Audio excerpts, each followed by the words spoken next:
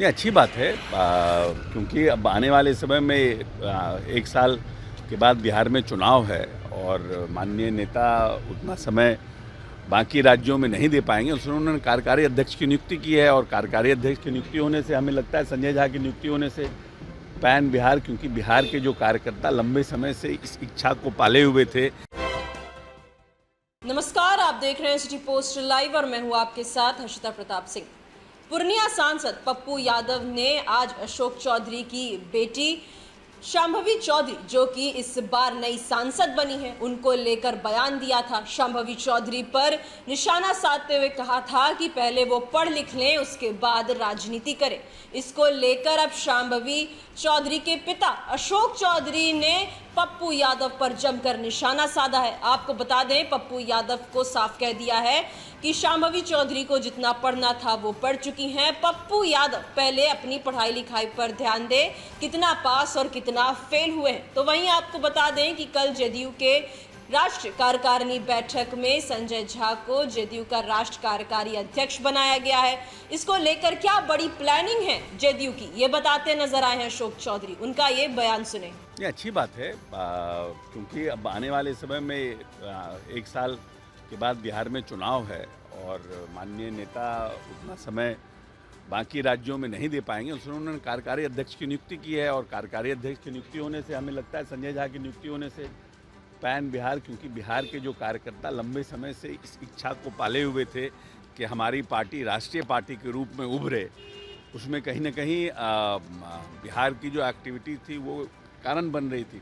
इसलिए संजय झा जी अब दिल्ली में रहेंगे तो हमको समझते हैं कि कार्यकारी अध्यक्ष के रूप में तो जहाँ जहाँ हमारे यहाँ आने वाले चुनाव हैं, हरियाणा है, झारखंड है, इन सब प्रदेशों में कैसे पार्टी चुनाव लड़े, किनके साथ तालमेल हो, इन सब चीज़ों पर बात करेंगे और पार्टी को राष्ट्रीय स्तर पर उभारने में एक अहम भूमिका का निर्वहन करेंगे। और पार्टी का एक लंबे समय से पार्टी के संगठन का काम देख रहे थे, महामंत्री के रूप में देख रहे थे, प्रभारी के रूप में देख रहे थे।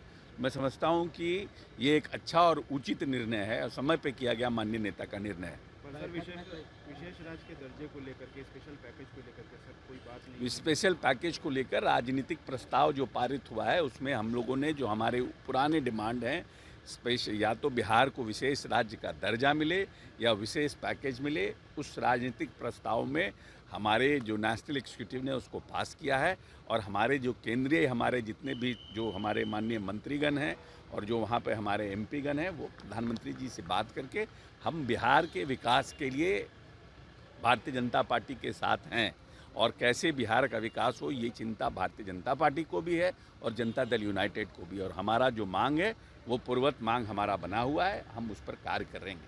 सर, संजय झा जी को लेकर के अब आरजेडी के नेता कर रहे हैं कि जेडीयू में बीजेपी के एजेंट है और वो संजय झा मजबूत है, हम है बीजेपी के एजेंट। अब आरजेडी को क्या, आरजेडी किसको बना रहा है, हम लोग कमेंट करने जा रहे हैं क्या? अब ये हमारे लिए चिंता आरजेडी करेगी कि आरजेडी अगर हमारे लिए चिंता करेगी कि हमारा कौन पदाधिकारी बन रहा है और कौन किसका है, तो इसका मतलब कि हम लोग दिवालिया हो गए हैं। अब आरजेडी के दिमाग से अब हमारा जनता दल यूनाइटेड चलाएं, यही ना आप मतलब आरजेडी चाहती है कि हम आरजेडी से एनओसी ले करके फिर अपने जेडीयू का जितने लोगों को कमान दिया जाए। तो नीतीश कुमार इतने दिन से जो सरकार चला रहे हैं, संगठन चला रहे हैं, तब तो बेकार है कि कौन किसका एजेंट है, क्या है, ये भी डिसाइड करेगा आरजेडी। इसका क्या मतलब है? तेजस्वी यादव लगातार क्राइम को लेकर के और गिरते पुलों को लेकर के ट्वीट कर रहे हैं, कह रहे हैं गिरते पुल को लेकर ट्वीट कर रहे हैं। तो पिछले 1.5 साल से इस प्रदेश के ग्रामीण कार्य मंत्री कौन थे? इस प्रदेश में क्या नाम है, पथ निर्माण के मंत्री कौन थे?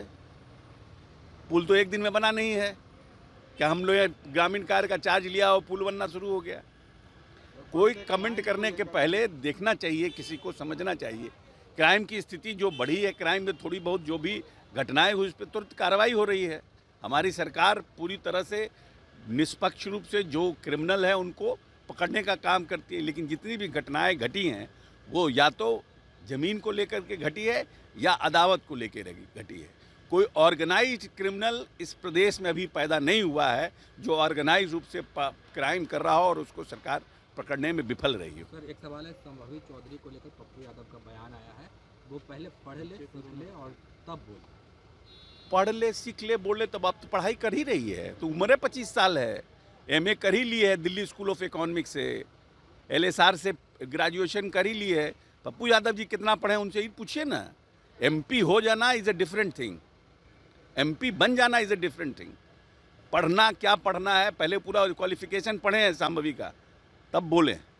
और ऐसा कोई नहीं है कि कोई पहली बार गया है तो वो बच्चा है, और कोई 5 बार से गया तो बहुत भारी पहलवान है। तो विधानसभा की तैयारी में पूरी तरीके से जुट गए हैं जेडीयू के तमाम नेता और इसी के मद्देनजर संजय झा को कार्यकारी अध्यक्ष बनाया गया है। बड़ी बात कहते नजर आए अशोक चौधरी, इसीलिए जो है वो दिल्ली का जो जिम्मेदारी है वो संजय झा को दी गई है। तो वहीं अपने मांग को लेकर अड़ी हुई है जेडीयू ने बड़ी मांग की है, बिहार को या तो विशेष राज्य का दर्जा दिलाया जाए या फिर विशेष पैकेज दिया जाए। अपनी इस मांग को लेकर बीजेपी के सामने लगातार अड़ी हुई नजर आ रही है। तो वहीं पप्पू यादव ने सांसद और अशोक चौधरी की बेटी शांभवी चौधरी को लेकर जो बयान दिए थे उसका जमकर पलटवार करते नजर आए। पप्पू यादव को उनके बयानों को लेकर जमकर सुना दिया अशोक चौधरी ने।